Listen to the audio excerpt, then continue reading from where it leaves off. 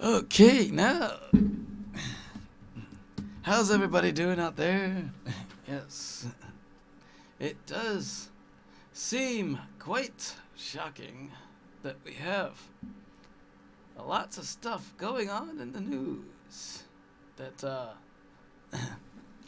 you might find interesting. All right, so on this kind of note here, okay, we're going through the clips here. All right, and my friends, it does not seem like we actually are getting some answers. Okay, but it just looks like that other answers are unanswered. All right. Okay. Now. Okay, so as we see in the news, my friends, let's get this started. All right. So, as we say, you are watching Political Point Magazine.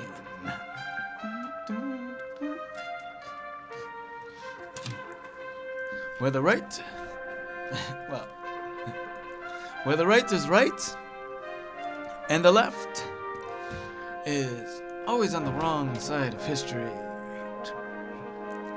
Why? Because political minds want to know. So enjoy a conservative point of view. And let's talk pea soup. With tonight's top stories. I'm sorry. Here we go. I'm getting a little ahead of myself here. Sorry about that. But the left is always on the wrong side of history. Okay. With tonight's top stories. Now, the Obama government claims they surpassed their goals. But the 7.1 million figure could be a farce. Yeah, that's right. Okay. We will get clues on the latest numbers here. All right. But it's quite shocking. And also, the Fort Hood shooting sheds light on, yes, you guessed it, mental issues. Yeah, that's right. Okay. Mental health issues. Okay. Shocking, isn't it? And now there's also shocking testimony from former CIA director Mike Morrell on Benghazi. Yeah, that's right. And also, we are spending time tonight understanding or trying to understand Vladimir Putin's Russian ambitions.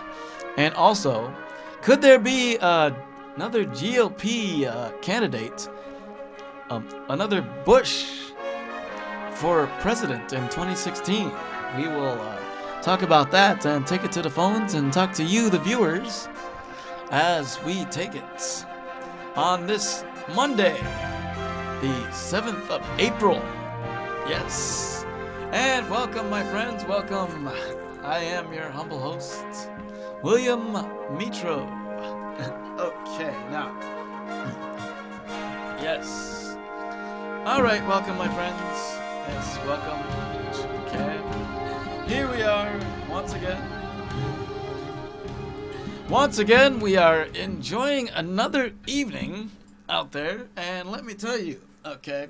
Now, before I get started on the top stories of the night, okay, I want everybody to notice my new attire, okay.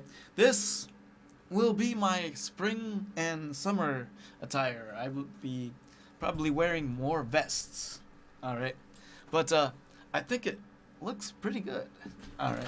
But anyhow, now, on top of the news that we are shedding light on now, okay, now, the Obama administration now is touting now that they claim that there's 7.1 million who have enrolled in the Obamacare exchanges. Yeah. Get a load of this. Okay? Now, this, my friends, okay. Now 7.1 million? Okay, now that number could be a farce. All right. Because now once again we have the government now that that lied about health insurance to begin with. All right. Saying that if you could keep your doctor, if you like your doctor, you could keep your doctor. If you like your insurance, you could keep your insurance. Now, that turned out not to be true. So, the Obama administration is touting 7.1 million. Okay, 7.1 million. All right. Now, this, my friends, it has got to be a farce. Okay. 7.1 million. Okay. The Obama government claims that Obamacare enrollment is up 7.1 million, right? Okay? But if this were true, then how come so they're claiming victory with 7.1, but yet over 6 million have lost their health coverage because of Obamacare. All right? And that number could be climbing even more. Okay? So now we see that this figure could be a farce, okay? Because they were lying even before, okay, about the enrollment numbers, okay? The 7.1 could be 6.2, okay? Or no, 4.2. Okay, actually. Okay, because we found out last week even, or the week before that these numbers are fuzzy math because of the fact that now they are claiming that they are claiming victory with the 7.1 number, but however, they need the youth, the healthy youth, the younger generation to sign up and enroll in this, and all of this. Okay, now now, my friends, it's just shocking that we have this anyhow. All right, and okay, I don't think that it's 7.1. Okay, the 7.1 number. Okay, it's got to be a farce. Okay, it's got to be a farce. Okay, they're botching up the numbers. Okay, now, and they're trying to grab all their Democrats. Okay, in supporting this thing. Okay, but yet Democrats are losing ground because of this thing. Okay, because of Obama. Because Obama has put in so many delays. Okay, and even former White House press secretary Robert Gibbs says that the employer mandate will not even go into effect. Okay, because it's hurting businesses. All right, okay. Instead of 40 hours a week, businesses are being forced to cut down to like 32 or 35 hours a week. And yet the Congress has now demonstrated that they are trying to yet Obama preaches income inequality, right? And he's trying to preach fairness and stuff. But yet lately we have found that a lot of the stuff that he is preaching, he is not even practicing what he preaches. Okay, that's right. Okay, because he's now trying to put out a bill that gives equal fairness to women in the workplace, but yet in his own administration, women are paid less than men. And this coming from the guy that says, "Oh, you can keep your doctor if you like your doctor." Now, in the meantime, we have these these fuzzy numbers coming from the economy. All right. Okay, the total number of non-farm payroll employment rose by only 192,000 jobs in March. Okay, 192,000. Okay, yet they tout that the unemployment rate is 6.7%. Okay, now, sure, that's down a bit. Okay, but the overall unemployment is still high under Obama. Okay, they're claiming. Okay, now among the workers, okay, the number of long-term unemployed, okay, those jobless for 27 weeks or more, 3.7 million, okay, changed little in March, okay, and also, okay, in March the number of unemployed persons, okay, was essentially unchanged at 10.5 million, okay, and the unemployment rate, yeah, as I said before, was 6.7 million. Now, both the civilian labor force and total unemployment increased. Okay, and total unemployment increased in March. Okay, the labor force participation rate is the highest it's been. Oh no, lowest it's been. Okay, at 63.2%. Okay, all right, low, and the unemployment population ratio 58.9%. All right, now mind you, some of this is due to Obamacare. All right, now Obamacare is hurting businesses because of the fact that of the now because of the fact that that employers are having to cut down on the hours, and also it's forcing the employers to actually not hire a lot of people, and employers are actually finding that they're losing part of their coverage under Obamacare. So it's not working out effectively.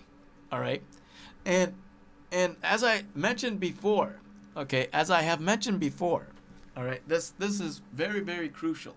All right, that you have this faulty number, okay, the 7.1 million. All right, and I've mentioned this before, that when people actually enroll, they actually have to pay their premiums. Okay, they don't mention who or how many of these people have paid their premiums, because if you haven't paid your premium, you you are not enrolled. All right, and this is one thing that the government does not tell you. All right, they're lying about the numbers. All right, and in fact, on April Fool's Day, they announced this. Okay, that the 7.1, right? Okay, April Fool's Day of all days. Okay, now you would have thought that was an April Fool's joke. Okay, Obama telling the biggest April Fool's joke that impacts millions of Americans. All right, in which he lies about the 7.1. All right, and they use fuzzy math in order to dilly up this thing, and yet millions of Americans are already hurt by this thing. This law, the ACA, is unpopular. All right, the youth are not signing up for it. All right, and millions of people lost their health coverage, including doctors now. And there's evidence to the fact that this law is damaging. All right, it's not the right prescription for the country. All right, not the right prescription for the country. All right, yet we have all of these people claiming that it's good for the country. Yeah, right. Okay, I'll buy that. Okay, I'll buy that when I actually see something coming of it. All right, but no. All right, so I want to skip down to some other stuff. All right, okay. Now, but this, my friends, is I want to skip down to some other stuff here. All right, because now, once again, okay, we have the 7.1 million figure could be a farce here. All right, and now, okay, so I want to get to something else. Okay, so now we are learning lots of scary little detail tidbits of this. All right, that yet with all of this coming up here. All right, okay, and I want to make clear of all of this. Okay, all right, cool. All right, so now my friends. Okay, now there is now with this now.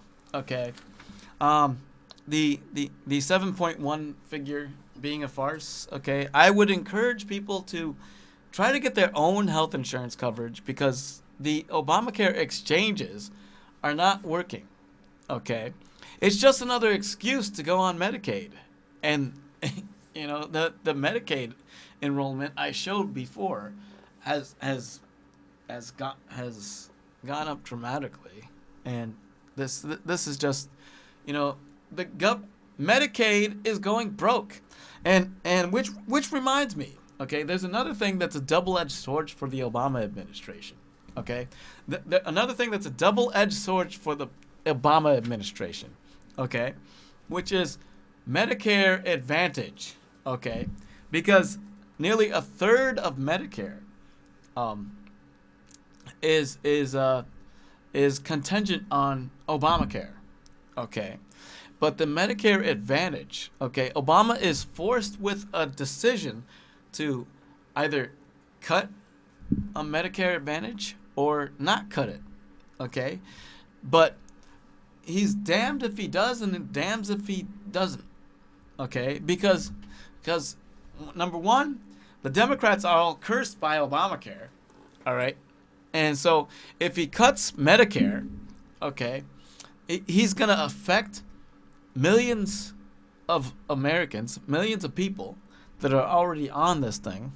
Okay, and it's gonna affect them very negatively. All right, and millions of people will lose that. Okay, but if he doesn't cut it, he'll be in the doghouse with a lot of Democrats who are in trouble with their re-election bid because of Obamacare. So it's a double-edged sword. Oh my God. Okay, and with that, this report, my friends, goes along with it. Okay, I want you to take a look at this. Okay, now, recently we have had the Fort Hood shootings. Okay, Fort Hood, another Fort Hood shooting. All right, yeah, that's right. Okay, and this brings up tragic evidence of tragic evidence of mental health issues. All right, which the military now needs to address. Right? Okay. So there's all this talk of our military veterans coming back from active duty, and some of them getting post-traumatic stress syndrome disorder, yeah, and it's affecting their ability to actually live normal lives. Okay, so now the military is now forced to address this issue, and it comes up with the issue of healthcare. There is no, when you sign up for the military, there really is no military mental health counseling involved. So now the military is actually overlooking that and looking into maybe when people sign up, they're also gonna have them go into mental health counsel. So this you know the military is having a lot of problems now, and in our budgetary issues, okay, and a lot of other things coming up here. All right, it just comes to the issue that you take this into consideration. Now if the guy now that shot up his is going to testify, before a court, in all this. I hope he doesn't turn out like the other guy, the other Fort Hood shooter, Fidel Hassan, who wanted to be a martyr, and in his testimony, his opening statements, when he defended himself, his opening statements were, "Let the evidence show that I am the shooter." Now, I hope for the sake of the families and everything, okay, we don't fall into this situation here. All right, now, and I hope it doesn't come to that, because I seriously feel for the families here. All right, now, okay, and now I want to get to this. Okay, all right, I want to get to this here. All right, there is shocking testimony. Okay, shocking testimony here. All right, and this, my friends, is quite shocking. Okay, former CIA director. Okay, former CIA director Mike Morell. Okay, now, and this, my friends, is quite shocking. Had shocking testimony before Congress on Benghazi. Okay, take a listen to this. All right. To me, that what you rely on from your analysts didn't take into account the truth. And that's what gives us problems. So, ma'am, I just want to clear something up here. It's really important.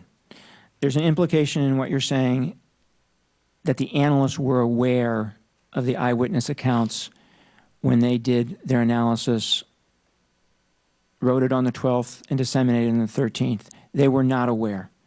They were not aware of the eyewitness accounts. And I just wanted to clear that up.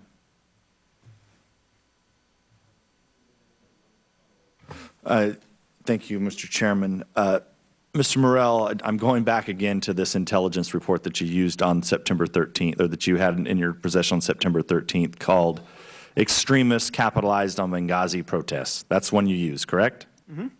And you noted it in you were quick to point out that there was no mention of a video in that. Correct. But you failed to mention there were two other CIA pieces that were produced on the 12th. Both mention the, quote, "recently released inflammatory video," unquote. Were you aware of these two products that were published on September 12th? Probably. I don't know in what context, sir, that those references are made. So if the reference to Benghazi protests wasn't related to the video, what type of protest did your analysts believe it was in reference to? So their view on what motivated the attackers that night changed over time. What they said on the 13th was that the attackers... You can't have it both ways. Look, are you going to let me answer the question? I will, but I'm just saying you can't have it both ways. I'm not trying to have it both ways. I'm trying to explain the facts to you. So on the 13th, the analysts said that what motivated the attackers was what happened in Cairo. That they saw the guys go over the fence into the embassy compound in Cairo and wanted to do the same thing in Benghazi.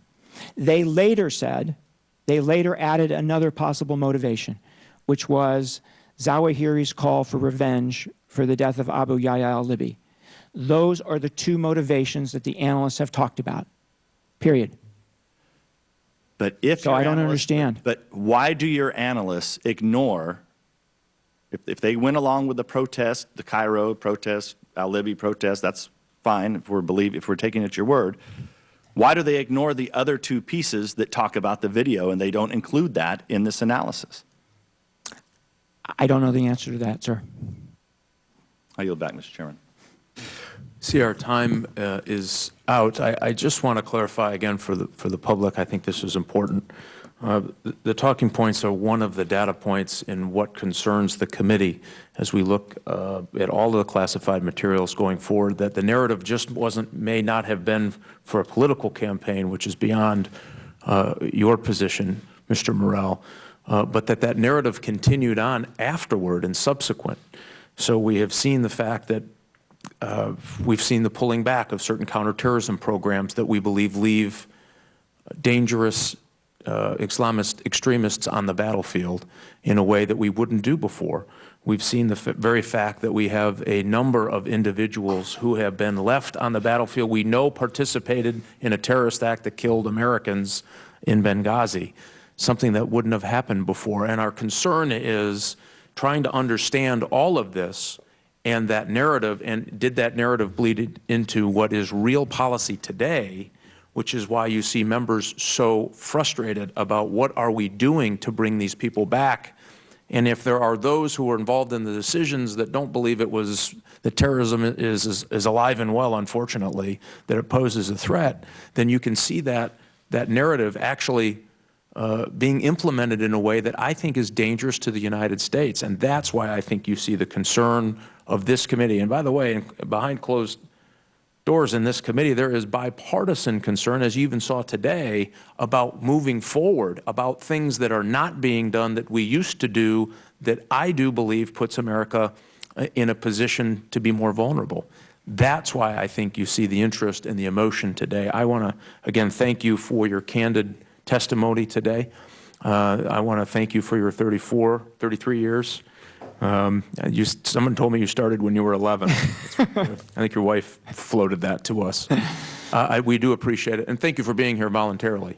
You're welcome. That It was was good to be here. very, very- And you and I have spoken at length about counterterrorism, and you and I are both deeply, deeply concerned about the threat to this country and where it's headed, and I really appreciate that. All right, thank you. Mr. Dutch. Mr. Chairman, thank you for this hearing, and I think it's important to have these hearings. I do want to say to my Republican members that I respect each and every one of you.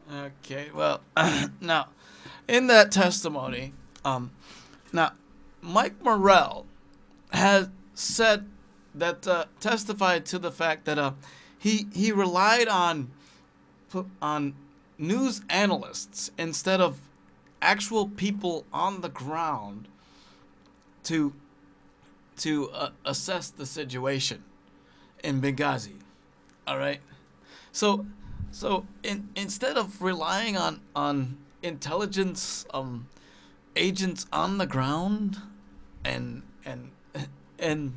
so now this whole thing, you know, over the when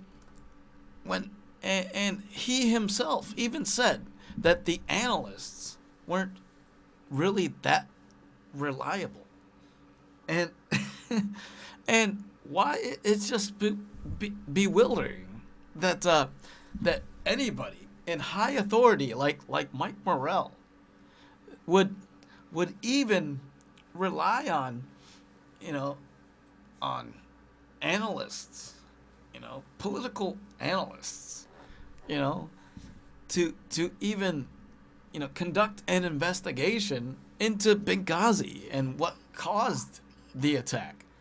Okay? It's just ridiculous. All right? Now, we got 4 dead Americans, including an ambassador, and we have the Al-Qaeda taking credit to this.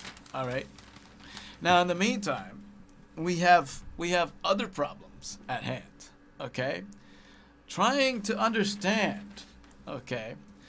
Like, for example, trying to understand Vladimir Putin's Russian ambitions, okay? Now, if we take a look at this, all right? Putin on the rise here, all right? Okay. Now, Vladimir Putin, according to the Herald Examiner, okay? Now, I want to get into this before we get into the phone callers, all right? Okay? For us, you didn't. Okay, wait. Okay, now, but anyhow, I wanted to get into this because this, my friends, is quite interesting, all right? Now, Vladimir Putin, okay? Now, to even begin to understand Russian President Vladimir Putin's approach to the current crisis in Ukraine. All right, this, my friends, okay, you have to understand the man himself. All right, now this, my friends, is quite interesting. Vladimir Putin is a product of his own environment. Okay, a man whose past experiences have informed his present outlook and worldview, okay? As Clifford Gaddy and other people have recently proposed in a book, okay? Mr. Putin, in their book, Mr. Putin, operative in the Kremlin, okay? Remember, this is the KGB guy, okay? Putin is best understood as a composite of 6 multi-identities that stem from those experiences that the statist history man, survivalist, outsider, free marketeer, and case officer. Okay, KGB. Okay. They argue that it is a combination of all these identities that made Putin an effective behind-the-scenes operator in Russia, in Russian politics, and helped propel him into the Kremlin from 1999 to 2000. Okay, these same identities are now at play as Putin deals with Ukraine and the West, and with the West response. Okay, now Putin is prepared to do whatever it takes to reach his goals. His training in the KGB was shaped by the zero-sum calculus of the Cold War, in which a win by the adversary meant a loss for the KGB and the Soviet Union. Okay, so in other words, what Putin is doing today is all reflective of the crash of the Berlin Wall and everything else.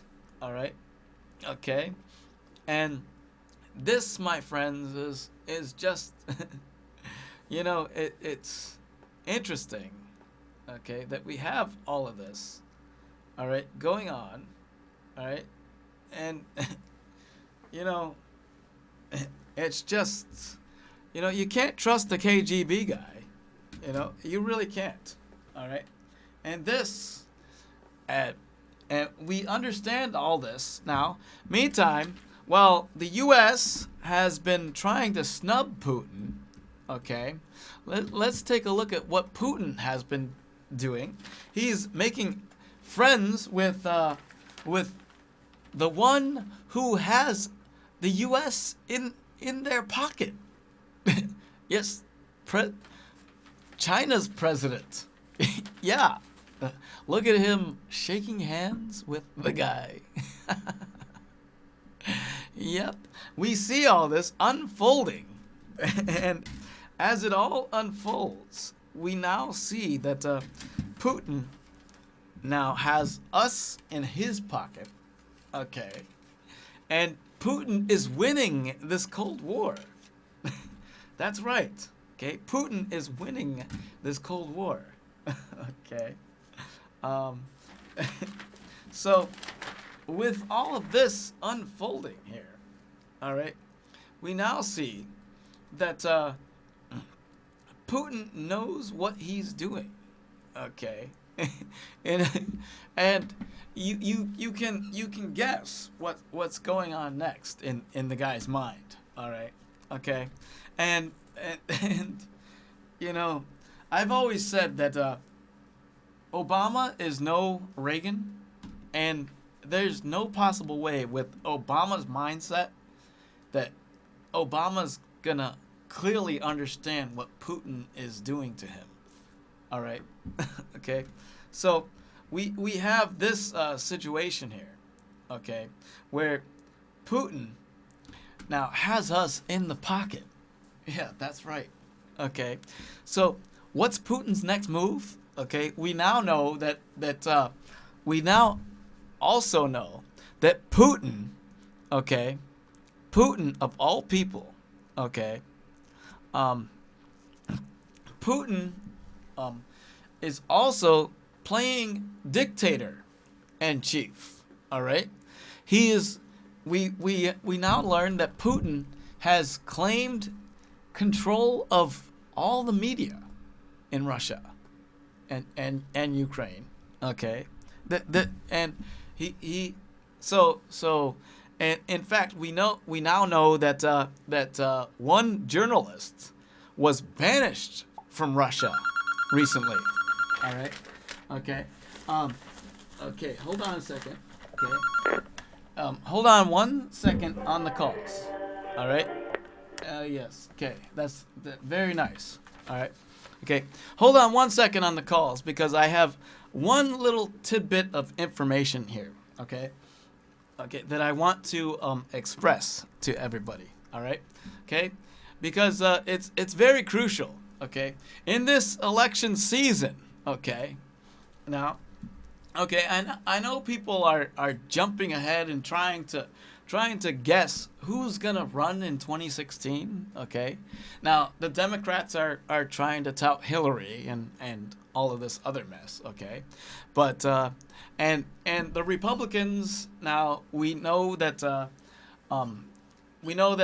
top GOP candidate is hold on one moment on the calls. Okay, hold on, I'm not ready up on the calls yet. Okay. What is that? Okay. Thank you very much. All right. Now, all right. Before I get to the callers here, all right. Now take a look at this. Okay. But could there be another candidate on the GOP side? We know there's Rand Paul. Okay, which I am supporting. Okay. No pranks, thank you. Okay. All right. No pranks, thank you. All right, hold on a second. Okay, hold on a second on the calls. Okay, now, but there could be the GOP could have another Bush in mind.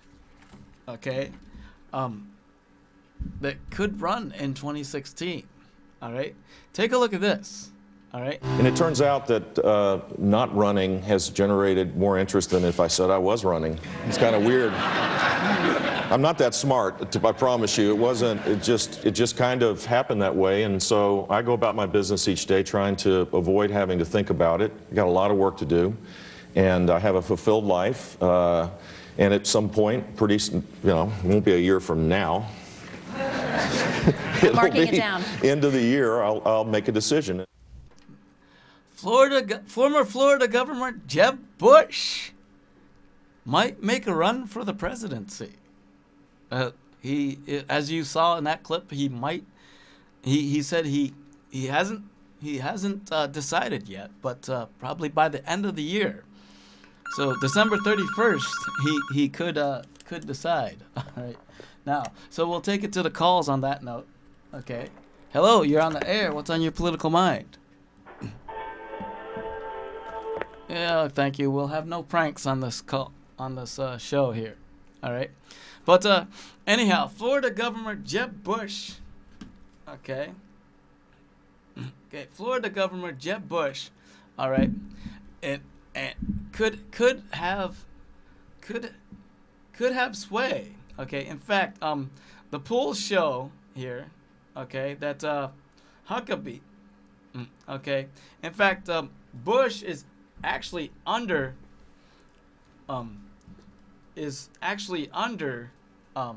Rand Paul. Way under Rand Paul. Okay. But as the polls show here, okay, you know that Senator Rand Paul was way ahead of the pack there, okay, and below him is Mike Huckabee, okay. Actually, Paul got as far as actually Republican presidential primaries, okay. Let's see. Actually, they have Huckabee at 14%, and Paul at 13%, which is interesting here. But Bush is at 11%. Okay. Hello, you're on the air. What's on your political Well, mind? it's my anniversary. Love, love, love, love, love, love, love, love, love, love. Django.com, Will. My everything. Okay, you're off topic. Thank you very much. Okay. Thank you very much. You're off topic. Okay. But anyhow, as the polls show that Bush is below Huckabee or below Rand Paul. Okay.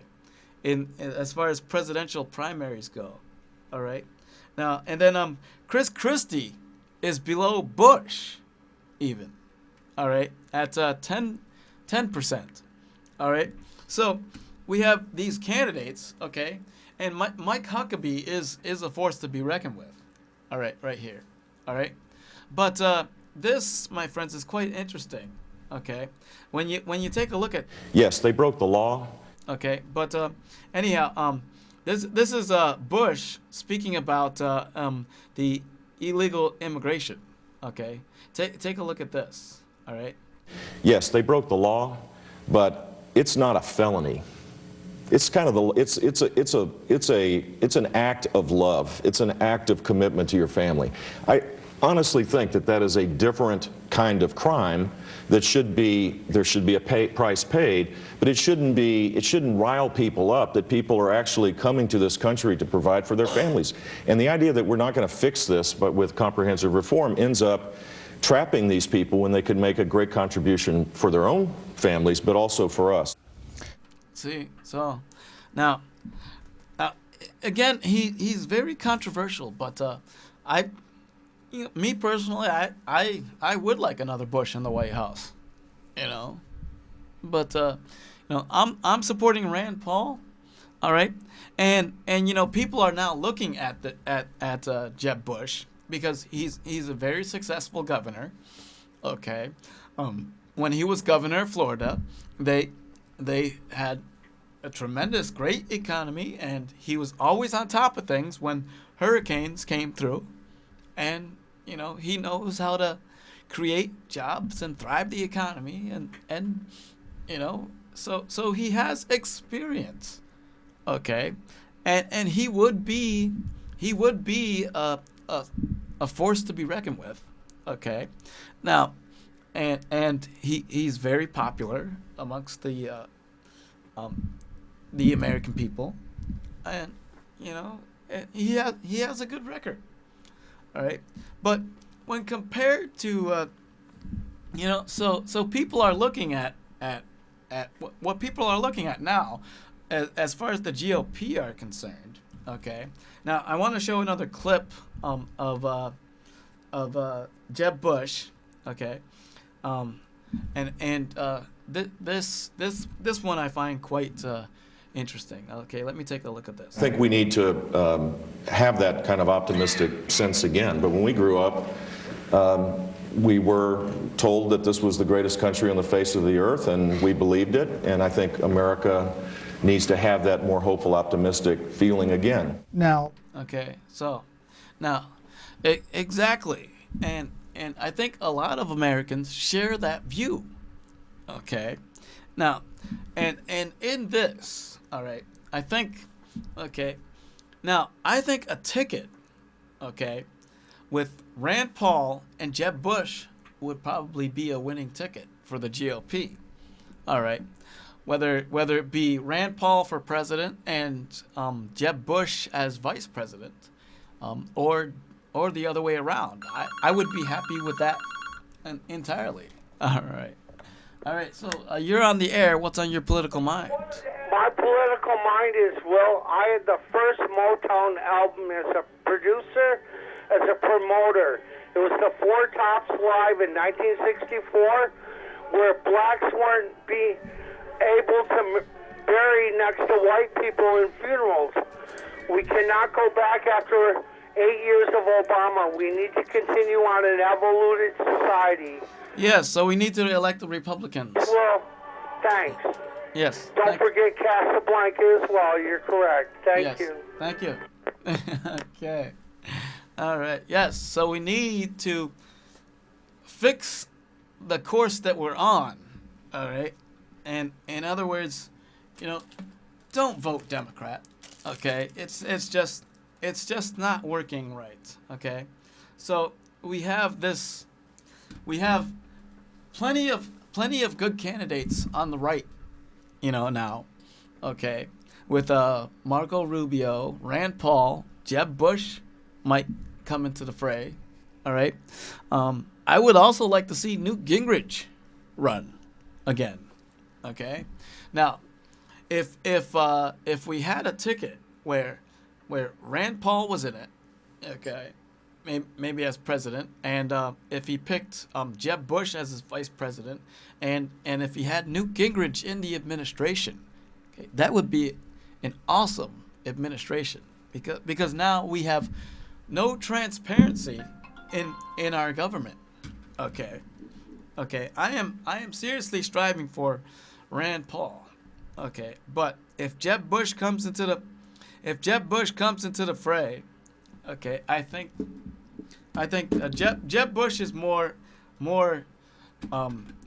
in that interview. He also stated that he's more along the lines of governing like his father, okay, was, okay, but we have all seen and witnessed how well Jeb Bush has performed. Plus, Jeb Bush is also well popular with the Mexicans and Latinos, okay, which is very important in this country, given the situation with the illegal immigration, and on that note, he is popular with immigration reform. Okay, so if we had Jeb Bush as president, I think comprehensive immigration reform, would probably get done in this country. All right, okay, so there is lots of things going on. Okay, in at this. Okay, and we see how well everything has been going on, okay, but it's like, the Republican candidates, the Republican contenders are much better at policy making than the Democrats, okay. In fact, we now have learned that there is quite the distinction, Okay, that even with the Democrats trying to tout Hillary, okay, we have learned that that Hillary's State Department has squandered like 6 million of our taxpayer dollars. Okay, they don't know where it's at. Okay. Hello, you're on the air. What's on your political mind? Ladies and gentlemen, the Four Tops. Bring Levi back just like I like it. I like it. Okay. That's way off topic. Okay, way off topic. Okay. Now, you need to stay on topic. All right. Yep. Okay, so stay on topic here. All right. Okay. Again now. Okay. Yep. So, but I think that now the Bush if we had another President Bush, okay, I think that our economy would be great. Okay. And see, cuz Jeb Bush and we know governors make better presidents. Okay. Now, because Jeb Bush was a governor, George W. Bush was a governor, but their father was in the CIA. All right, and I think that if we had another Bush, okay, as president, okay, I think because people now they're getting sick and tired of the Clintons. I really truly believe this. Okay, that people are getting sick and tired of the Clintons. The Clinton name is kind of squandered. Okay, and kind of entrenched in scandal. All right. Bill Clinton had several scandals. Hillary Clinton had the big scandals, and there's so much scandal in the Clinton name, okay, that we have this, it's just ridiculous, all right, okay, just ridiculous, all right, okay, all right, so, hello, you're on the air, what's on your political mind? I want to say that I'm voting for John Kerry, okay? John Kerry, during Vietnam, testified at the White House to end Vietnam. No, John Kerry is not running. No, I know he's not running, but I'm saying and John we need Kerry a would woman make a president. horrible president. When he We're ran cool into about that, but when he to ran in withdrawn it to 2004, Hillary just to have a woman president, I want to see John Kerry. I make my money in ketchup. No, but he machine voted guns. for the 87 billion before he voted against it. Would you like to go against John Kerry? John Kerry and is the a same flip-flopper. civilized society. John Kerry is a flip-flopper. He would never make He's it. a Republican. I'm voting No, he's a for Democrat. Kerry. He's a Democrat. I want John Kerry because No, John Kerry is a Democrat. he went up against Nixon, okay? No, he didn't. All these people up to 8 years No, he ago didn't. were on Richard Nixon's side. No, they weren't. No, they I'm weren't. voting for you, Richard. No, they don't. I'm so proud of you, Richard, for running the country. I want to see, okay, if you don't like Hillary Clinton, go John Kerry. No, John okay? Kerry is a Democrat and he's a Like, if you don't flip-flopper. like Bill And Clinton, he's we've the had current enough Secretary of this State emotional right now. retard breakdown over this, okay? No, And let's see John Kerry, okay? no. John Kerry lost against Bush in 2004. He lost, okay? But He let lost him- because he's a flip-flopper. He's an I- inconsistent I'm Democrat. on the opportunity of, he's been through Vietnam, okay? He's Yeah, been but through he was a hell. traitor in He also Vietnam. testified against He got stopping swift-boated. the war. He got swift-boated. John Bergman and Bob Todi No, of Ithaca, New York. I'm sorry, but after we what we they have went to go through. to the last words of the night. And just to see a woman get a woman's going to get to be president, okay? No. Sorry. We have to get to the last words of the night, okay? Because now, my friends, okay, this is quite the disaster that we're in, all right? But I'm taking it to the last words of the night because now I did have a clip ready, all right? And I wanted to show a funny clip. But anyhow, last words of the night, okay? Now, economy is important, okay? And always vote Republican. And remember, family values are important as well, okay? So, on that note, my friends, okay, I want you to follow me on Twitter, all right? And always vote Republican. Now, you can take a look at everything that we have done and on this show. And also, okay, follow us, watch us on YouTube, okay? Follow me on Twitter at WilliamMetro2, okay? We thank you for watching Political Point, where the right is right and the left is always on the wrong side of history. All right? Watch us on YouTube as well. All right? Okay. Thank you. This has been Political Point, where the right is right and the left is always on the wrong side of history.